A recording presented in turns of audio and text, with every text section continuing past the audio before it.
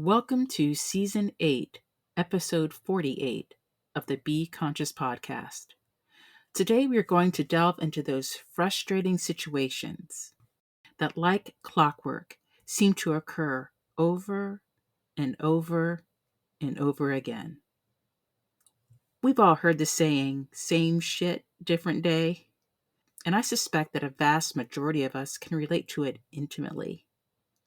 To me, it's indicative of a pattern that we recognize, I would say subconsciously, that repeats over and over again, even though we may not like it or want it to.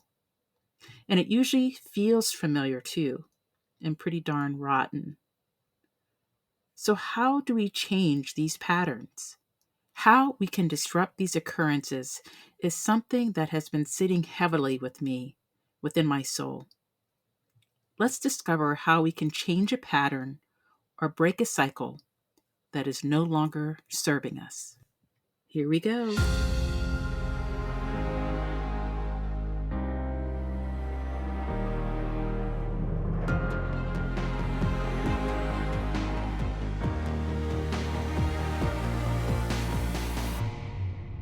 Welcome to the Be Conscious podcast, the show that brings you enlightened perspectives on the frequency of money, life's many challenges, and those heavy feelings that may be holding you back from living your best life. And now your host, Dr. Susan Nicholas.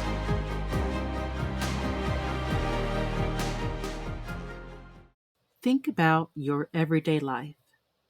What's going on with you right now? Do you recognize that you, in fact, are in a number of repeating cycles? Let's focus on that something, a circumstance perhaps, that is occurring over and over again and that doesn't feel good. It might feel exhausting, and at times we can feel downright defeated by it. When we first notice or come into awareness of a recurring pattern or circumstance, our first instinct may be to resign to the idea that this is just how things are, or this is just how I am. Quite frankly, sometimes we have experienced the cycle for so long that we do not know what it is to be without it. These unwelcome cycles may be related to our personal relationships, the relationship we have with ourselves, our jobs, finances, or our feelings of security. Perhaps you repeatedly fail tests, like academic or otherwise, or frequently lose jobs. Find yourself financially in cycles of debt or lack. Are you in a cycle of overwhelm right now? Or in a romantic relationship that's abusive, unfulfilling, or somehow just not right? Perhaps you're a business owner and are noticing patterns there. Whatever the recurring pattern, notice it now. Bring it into your immediate awareness. Now I'm going to share with you a 7-year pattern that I've been experiencing related to my business and finances. Okay, so for the past 7 years, I've been growing my conscious business, the Human Consciousness Consortium media business. The way that this cycle began, I would say, was innocent, if you will. It was September of 2016 when this whole pattern started. I had just been fired from an investing job that I held. And at the time, I believed it was a sign that it was finally time for me to do what I am to really do while I'm here on Earth, or what I'm really meant to do on this planet. In many ways, it was a scary time, but it felt good, like in a certain way. I felt brave. So immediately, I started writing my first book, The Duality of Being. And to be clear, there were no real red flags at the beginning. My expectations were such that I thought this situation was completely normal. While very quickly I realized that the act of authoring a book was not supporting me financially. My severance package had run out, and I had begun feverishly looking for other work that could pay the bills so I could do my passion project, what I call my conscious work. That quickly turned into a cycle of me working as an independent contractor in the healthcare consulting space. And the idea was that when I wasn't on a project, I would resume my conscious work. I would resume writing and speaking and podcasting and broadcasting, all the things that I do in my conscious media company. I felt this was the only responsible thing to do. Now, mind you, at this time in my life, I was recently separated and I was a single mother. I I had a child and a household to support. So this was to say that early on in the journey, I didn't suspect that anything was off. But then I began feeling conflicted because I realized that when I was doing the consulting job, I was just too tired and unmotivated to do my conscious work. And I would kind of be fighting it where I would make attempts to, for instance, move energy or take on new clients or create things like this podcast. Not just in between the gigs, but during those consulting gigs, like after hours. Now, let me put this into context for you. These consulting projects would put me on the road, traveling around the country, staying in hotels or Airbnbs for 4 to 6 weeks at a time. And during these projects, it would be intense. I would work 12-hour shifts 7 days a week. Sometimes I was a project leader. I might have 20 or so consultants underneath me, working in various hospitals around the country. So this was very intensive work. Well, it didn't take very long for me to begin to feel depleted and I would become frustrated and angry that this pattern was developing. Like could see it in real time. Needless to say, I did not know how to get out of it. I mean, I had bills to pay, right? I didn't know how to both support myself doing my creative work, my spiritual work. And so the pattern kept on for 7 years.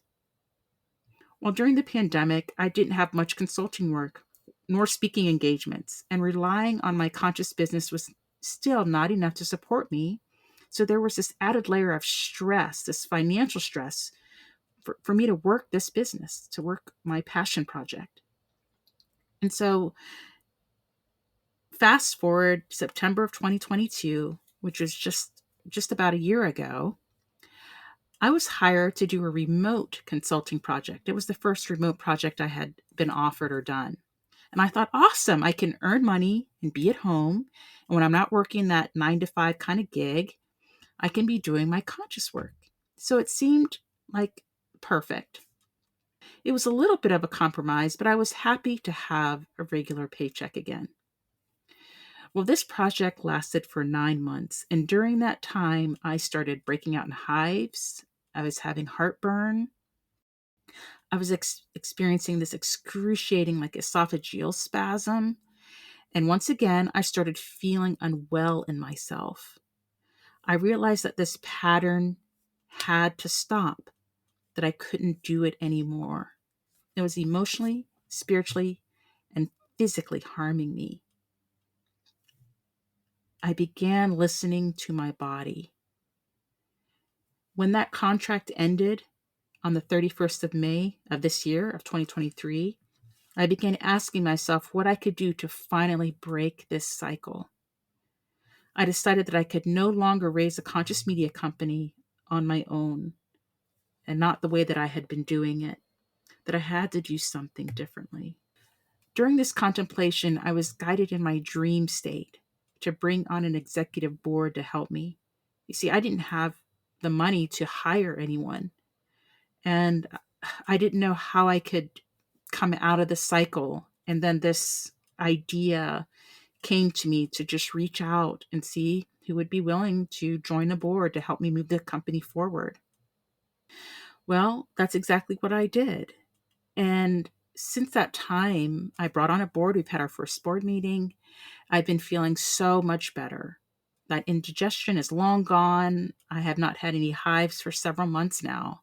And to be fair, I ended a long-term romantic relationship during this period too. So there were many things that had to change within me to finally break the cycle. Now, breaking a cycle isn't always instantaneous, but it doesn't have to take months or years either. Just think of how long you've been in the cycle. It doesn't take that long to get out of it. You have to trust me on this one. But it is a process, and you must mind the gap. Now, here's what I mean by that. There's a time and a space where you come into awareness of a pattern or cycle, and with every fiber of your being, you wish to change it. But there's a gap of time, there's a time and space before the actual changes that you desire begin to show up in your physical world. And what can happen in the gap, that time of awareness and the actual change occurring, is we can fall into patterns of worry, of panic, of anger, of frustration, of confusion, of maybe disbelief and distrust in ourselves. And that's yet another triggered cycle that brings you back into that lower vibrational state. And honestly, it ends up keeping you in your pattern or cycle. It doesn't allow you to break free. It still has a hold on you. And so there's this idea that when we make a decision, it's kind of like needing money. It's like you need it now. It's not like 3 months from now or 6 months from now. But the process to getting to that often takes time. So how do you break your cycle? How do you disrupt the pattern? The first thing to do is to acknowledge it, not making it right or wrong or good or bad. This is not about judgment or judging it. It's about bringing awareness to what is happening inside of you, what you're experiencing, what relationship, job, situation, or circumstance that is no longer serving you. Once you notice that there is a pattern repeating itself, particularly a pattern that's not serving you, one that does not feel good, the awareness is enough to begin to make a crack or a fracture in that cycle. The second step is then to notice your feelings. Have you noticed that the things that keep recurring have feelings associated with them? The feelings associated with being in a pattern or cycle that you do not want or do not like can vary anywhere from acceptance, that this is just how things are, to frustration, anger, and even fear. Or perhaps there's a generalized feeling of pain. What if we took those adjectives about the feelings surrounding the cycle and replaced it with simply the sensation of it? This is a way of removing the judgment we apply to our emotions. Describe how it feels when you experience an unpleasant pattern over and over again. You see, we energetically charge events in our lives with our emotions and feelings, because our feelings, they are a form of energy. These charges are often informed by our past experiences. You could say that it's a learned response, and we don't think anything's wrong with it, and perhaps nothing is wrong with it. It just is. The fact is, our emotional responses tend to validate how we are feeling inside. Now, let's examine this a little deeper. Do you feel a sinking feeling in your gut, perhaps? Do you feel pressure or intense heat in any area of your body? What about that unsettled feeling we experience when there's a fluttering in our heart center or in our gut? Sometimes we shake or sweat, stutter, or even lose our words altogether. The key here is to come out of your thinking mind, that judging mind, and into your essence, into the soul of you. When we come out of our head and come out of the analysis of the past, we move away from the definitions and the adjectives, and we come into our body, into our heart, where we can break these cycles, because we have the power to essentially transform any situation spiritually. Now, the third step lies in our thoughts and language. From a place of heightened awareness, indeed, our thoughts and language can change too. Instead of asking, why is this happening to me and how do I stop it? Instead, ask, what is this teaching me? What is my immediate next step? What is this situation designed to show me about myself? What is my role in this circumstance? You see, the how and the when are all in the realm of the universe. We are here, we are embodied to learn and to grow. And if there is a how question, let it be, how is this experience meant to serve me? Remember, all of your life experiences are in your best and highest good, even if we don't perceive it as such. Our perceptions are often a result of our conditioning, whether it be social, familial, or societal. In the space of higher consciousness, everything is questionable.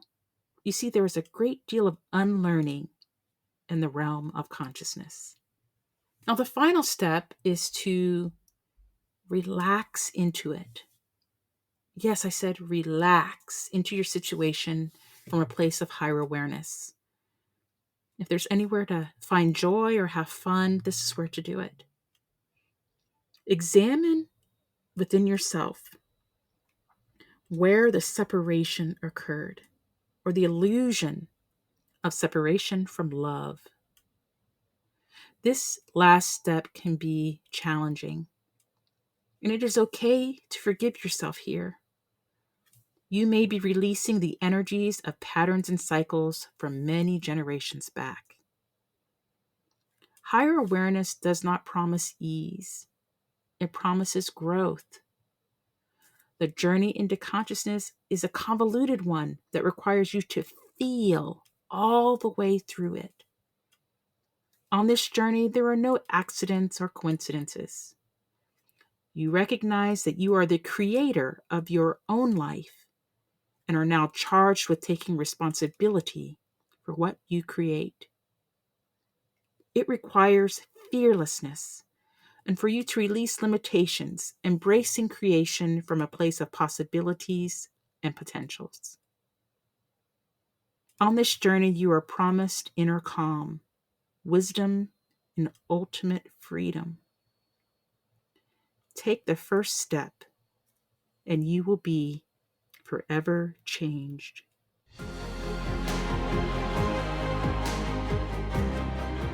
Thanks for listening to the Be Conscious podcast with author, TEDx international speaker, and conscious coach, Dr. Susan Nicholas. Be sure to connect with her to stay up to date with her latest news and works. Learn more about her conscious speaking platform at susannicholas.org/speaking. Stay tuned for the next thought-provoking episode. And whether you are coming or going, looking inside or out, remember to be conscious.